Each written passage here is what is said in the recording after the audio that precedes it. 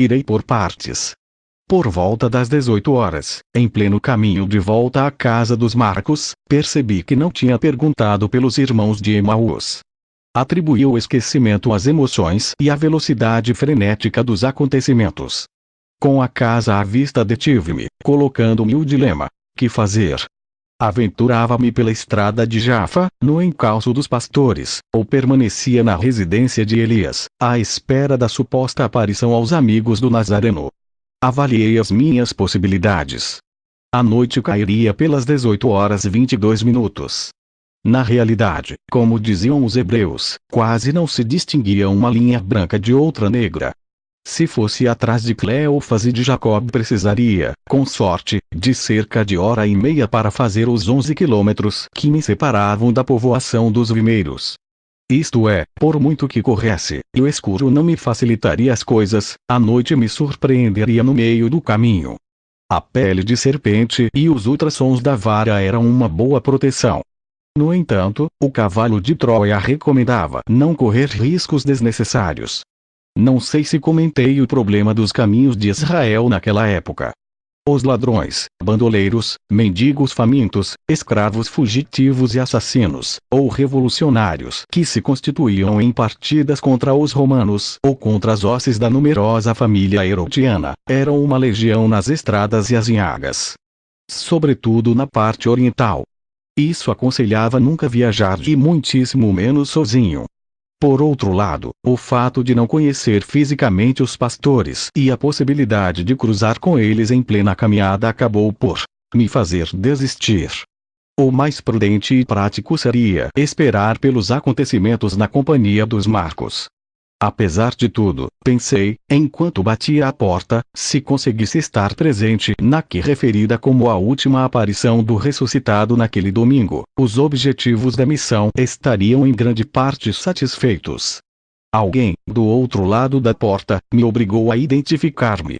Só então, e com medidas de segurança exageradas, pude entrar na casa.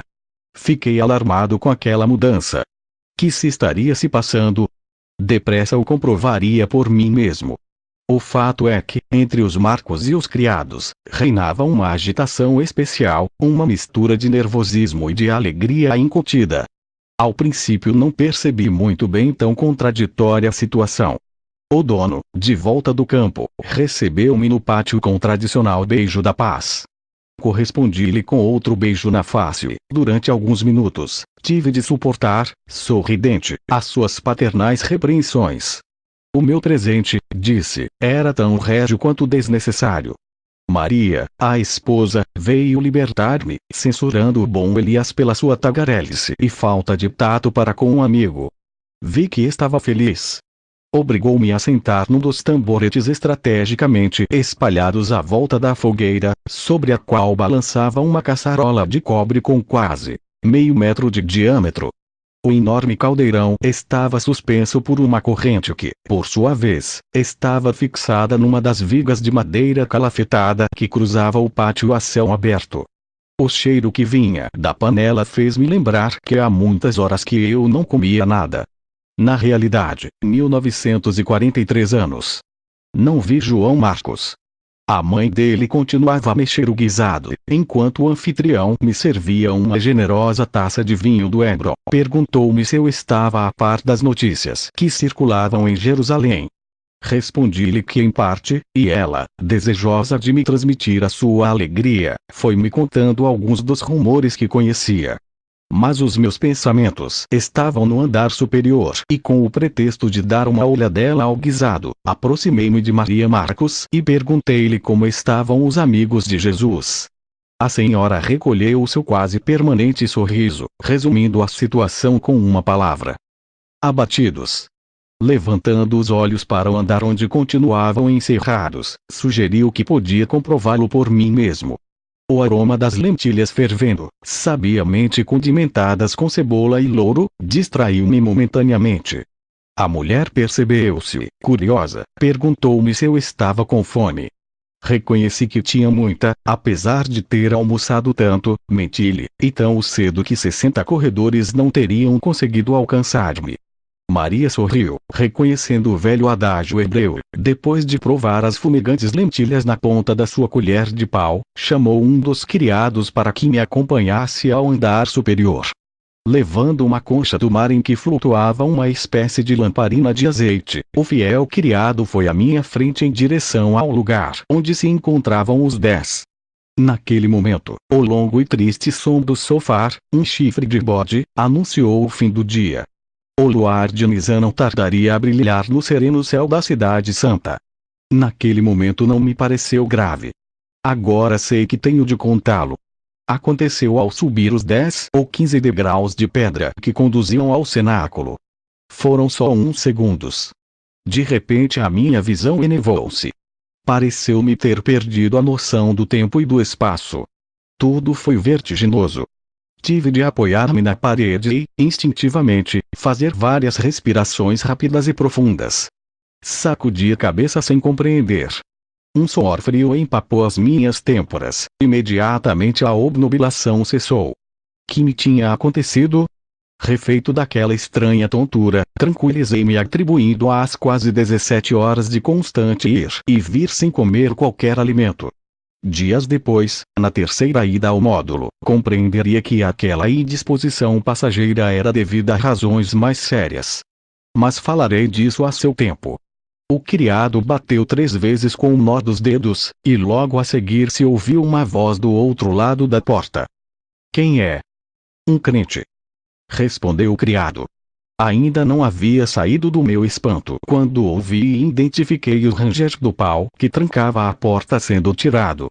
A porta foi entreaberta e, comprovada a identidade do criado, o discípulo, um dos gêmeos deixou-nos entrar.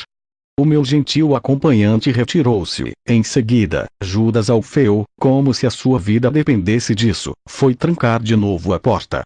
Observei-o entre o atônito e divertido.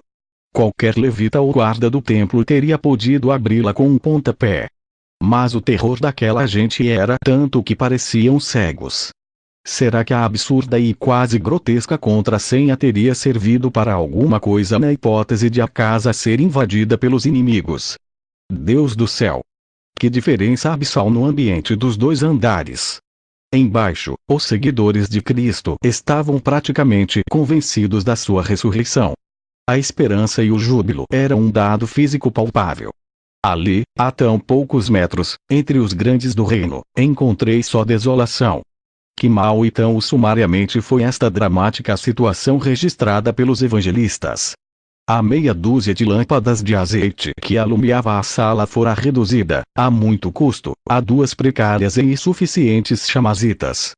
Uma na parede da direita e a outra em cima da mesa em forma de U. Nos primeiros momentos tive problemas para identificar as pessoas. A visão era limitadíssima. O apóstolo que nos abrira a porta e João Zebedeu acolheram-me de imediato, bombardeando-me com perguntas. Pareciam os únicos com um mínimo de vitalidade naquele quadro decepcionante. Enquanto me aproximava de um divã desocupado, fui respondendo com monossílabos e sem a menor precisão. Pelo que consegui captar, o jovem João Marcos informara-os acerca da evolução dos acontecimentos, embora ignorassem os de Betânia e, é claro, o recentíssimo acontecimento em casa de José de Arimateia. Prudentemente, não fiz a menor alusão a estes fatos. O meu papel continuava a ser o de um observador e por nada deste mundo eu podia, nem devia condicioná-los. Suponho que esta minha extrema sobriedade os ter defraudado. Durante alguns minutos, deixaram-me em paz. Os meus olhos, novamente acostumados à difícil penumbra, percorreram a sala tentando distinguir os ali enclausurados e adivinhar os seus estados de espírito. Tudo continuava mais ou menos como quando os deixara. Talvez pior.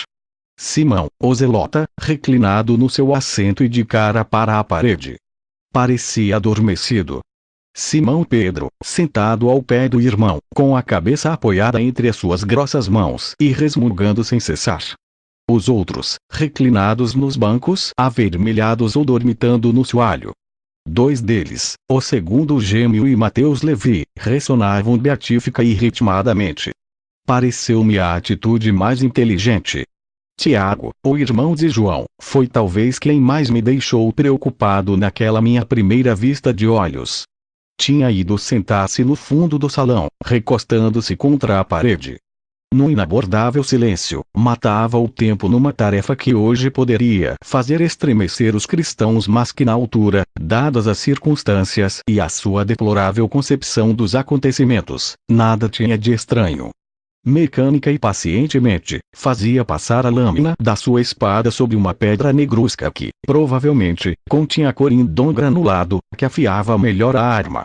Agora sei que o som sibilante, o único que quebrava aquele ambiente carregado, juntamente com o ressonar e os cochichos de Pedro e de André, era na verdade, o melhor resumo dos pensamentos dos ali presentes. Só importava a sobrevivência.